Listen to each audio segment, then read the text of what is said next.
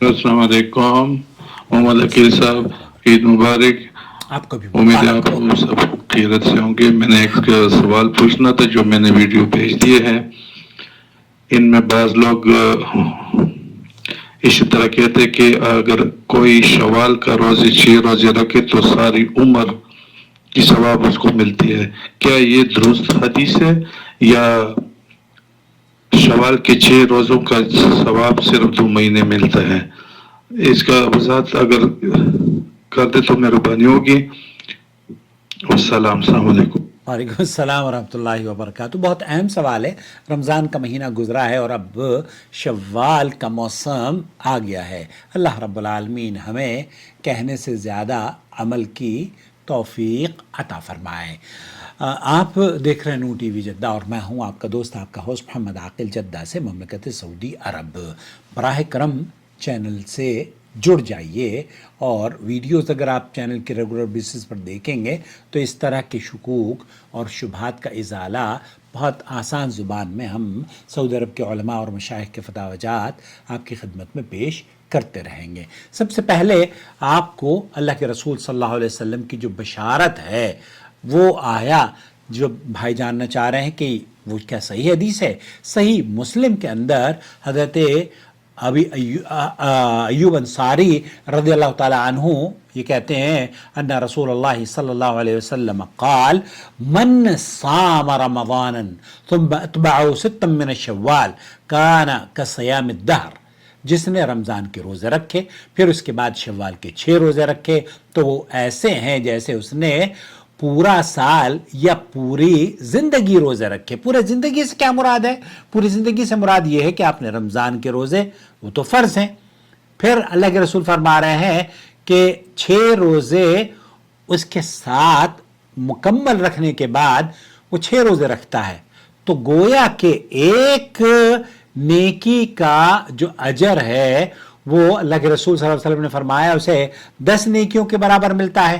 تو اگر آپ نے ایک رمضان کے مہینے کے روزے رکھے تو گویا 10 مہینے کے روزے رکھے، اور اگر 6 دن کے شوال میں روزے رکھے تو گویا کہ 60 دن کے روزے رکھے. تو گویا آپ اگر ہر سال اس طریقے سے ایک مہینہ اور شوال کے 6 روزے رکھتے ہیں تو آپ قسم الدہر کلو، تو پھر آپ ہر سال پورے سال کے روزے رکھنے کا اجر آپ کو مل جائے گا. تو یہ اللہ کے رسول صلی اللہ علیہ وسلم کی بشارت ہے. یا شوال کے روزے مسلسل رکھنے چاہیے یا ایک آج رکھ لیا، ایک کل رکھ لیا، ایک پرسوں رکھ لیا؟ یہ بالکل جائز ہے کہ آپ شوال کے روزے متفرق بھی رکھ سکتے ہیں اور یہ کہ بعد دیگرے بھی رمضان کے بعد رکھ سکتے ہیں. اس میں کوئی قباحت اور کوئی ممانعت نہیں ہے. نمبر 2، کیا ان روزوں سے پہلے قضا رکھنا بے حد ضروری ہے؟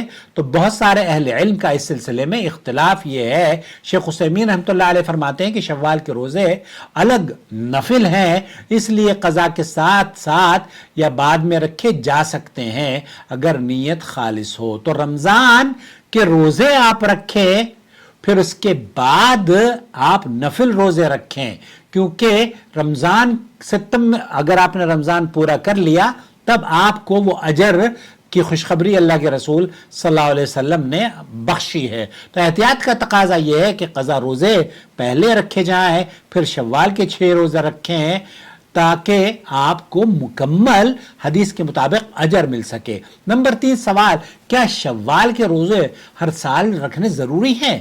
جواب اس کا یہ ہے کہ ہر سال یہ تو نفلی روزے ہیں، فرض نہیں ہیں، اس لیے جو رکھتا ہے اسے یہ اجر ملے گا اور جو نہیں رکھتا وہ اجر سے محروم کہا جائے گا، اسے گنہگار نہیں کہا جائے گا.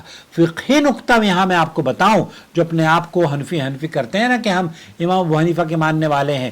امام ابو حنیفہ کے نزدیک آپ کو یہ جان کر شاید حیرت ہو کہ شوال کے 6 روزے سنت ہی نہیں ہیں، بلکہ ان کے یہاں تو خیر یہاں بہت سارے اہل علم ہیں جو کہ آج امام ابو حنیفہ کے اس موقف کو تسلیم نہیں کرتے، بلکہ امام ابو حنیفہ رحمۃ اللہ علیہ کے بہت سارے موقف ایسے ہیں جو کہ ان کے شاگرد یا فالوور تسلیم نہیں کرتے. لیکن اس کے باوجود بھی نہ جانے کیوں کہلواتے ہیں اپنے آپ کو حنفی، حالانکہ اس ٹائٹل کی کوئی ضرورت نہیں تھی، کیونکہ آپ مکلف نہیں ہیں کہ کسی امام کے ساتھ اپنے آپ کو منسلک کریں یا کسی کو متبع اور پرہیزگار یا اس کا ماننے والا اپنے آپ کو بتائیں.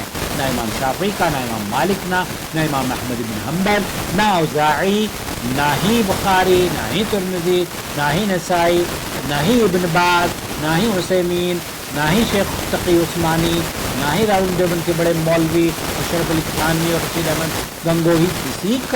کسی کی پیروی بلائنڈلی کرنا ضروری نہیں ہے. اسی لیے ان تمام ائمہ نے، جو بڑے امام گزرے نا، انہوں نے کہا ہماری باتوں کو قرآن و حدیث کے خلاف ملے تو دیوار پر دے مارنا. دوستو، بھائی اور بہنوں، ثواب اگر آپ کو حاصل کرنا ہے تو رمضان کے 6 روزے رکھیں، اللہ کا شکر ادا کریں، قضا روزے پہلے رکھ لیں، لگاتار یا الگ الگ رکھیں، کوئی حرج نہیں ہے.